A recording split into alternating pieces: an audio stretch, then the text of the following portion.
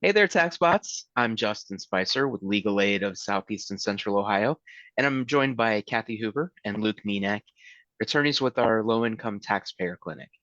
Today, we'll be talking about how to protect yourself this filing season by choosing a trustworthy preparer and avoiding expensive promises of quick refunds.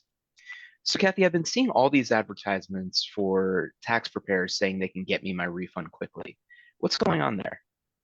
Yeah, so if you search the internet for tax refund quickly or simply drive down the street this time of year, you'll find many sites promising up to several $1,000s within hours and up to several days of filing. Sometimes they promise the entire amount of your refund, and sometimes they just flat out a flat amount or percentage of your refund. While this sounds like a quick refund, the IRS does not process refunds that quickly. So what they're really selling you is a loan, usually called a refund anticipation loan or even a refund anticipation check.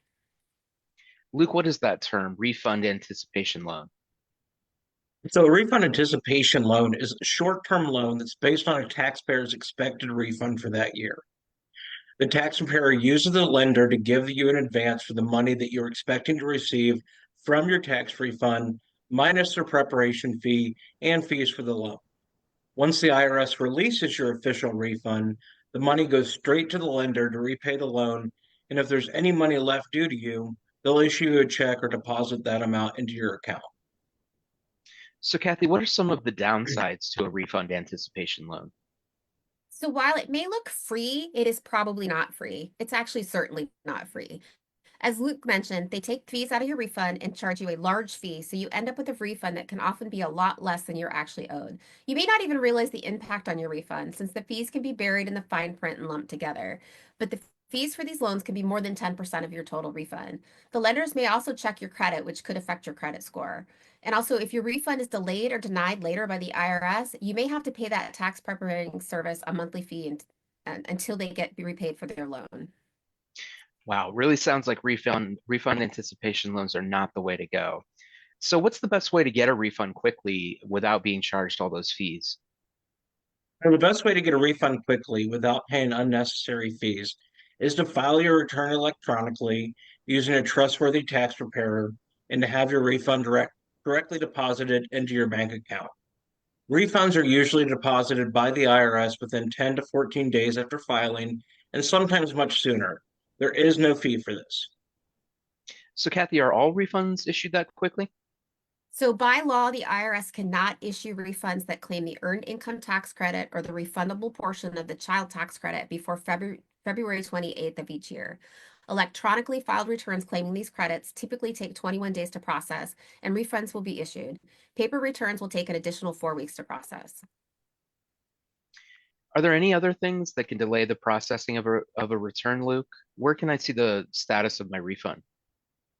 So returns for the wages and other information on the return do not match with the records that the IRS has received from third parties, such as W-2s, can take longer to process. But you can always check on the status of your refund by going to irs.gov/ where's my refund. Kathy, Luke mentioned earlier that I should go to a reputable tax preparer. What should I think about when choosing a tax preparer? So when choosing a private paid tax preparer, follow some of these tips. Check the preparer's qualifications. Ask if they have a preparer tax identification number, which is a PTIN, PTIN. It's similar to a social security number, and it's used to identify them. And also ask about their education and training, including checking to see if they're an enrolled agent or certified public accountant. Check the preparer's history. Check the Better Business Bureau at bbb.org to see if they have any complaints against them. Watch out for language about getting you the biggest refund. Any qualified tax preparer should be able to get you the refund that you are owed. Getting you more refund than what you are owed will lead to the IRS, which is the Internal Revenue Service, examining that return and tax debt in the future. Ask about any fees up front and get those in writing.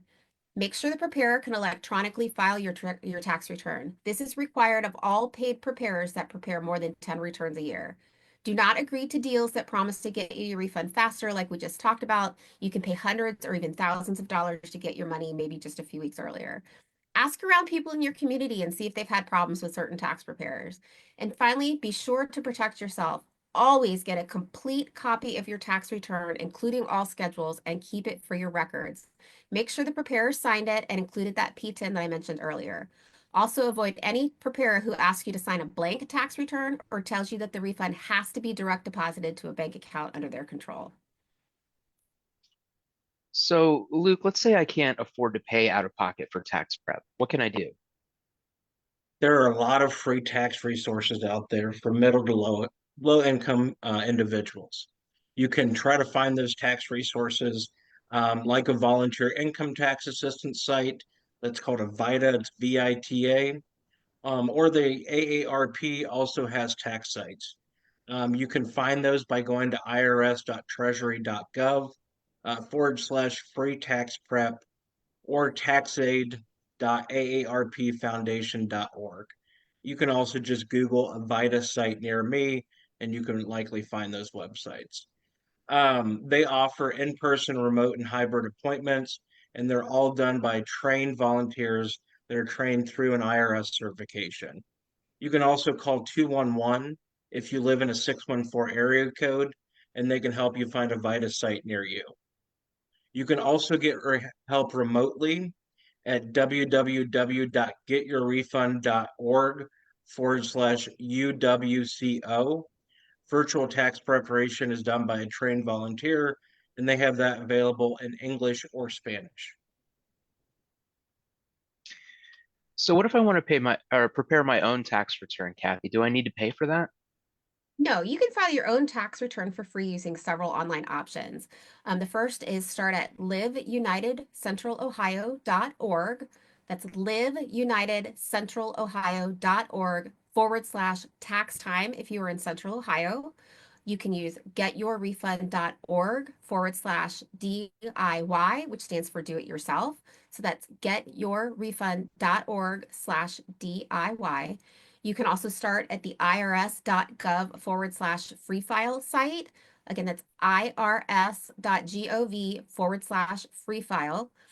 And just a note about that, if you see a tax vendor on there that offers free tax prep, you need to start with that irs.gov free file link. If you go directly to that vendor site, it'll likely be a paid tax return. So make sure you start at that site. Or you can visit myfreetaxes.com, which is myfreetaxes.com, to do your own tax prep as well. Great. And I'll be sure to post all those links that we talked about in the comments right after we finish up today. Thank you, Kathy and Luke, as always, for the great information, and thanks to everyone for listening. As a reminder, you can find today's tax chat and all the others in our tax chat series on our Facebook page or on our YouTube channel. And we really hope you'll join us on January 31st for a very special Facebook Live to celebrate the 50th anniversary of the Earned Income Tax Credit Awareness Day. This is an especially exciting Facebook Live because LASCO and legal aids from across the state will be teaming up to tell you everything you need to know about the Earned Income Tax Credit, or the EITC, including how to claim it, who qualifies for it, how to find tax assistance, and more. And we'll be kicking off the celebration at 2 p.m. in Spanish, and at 2:30 p.m., we'll talk about the EITC in English. Thanks, and we'll see you next time.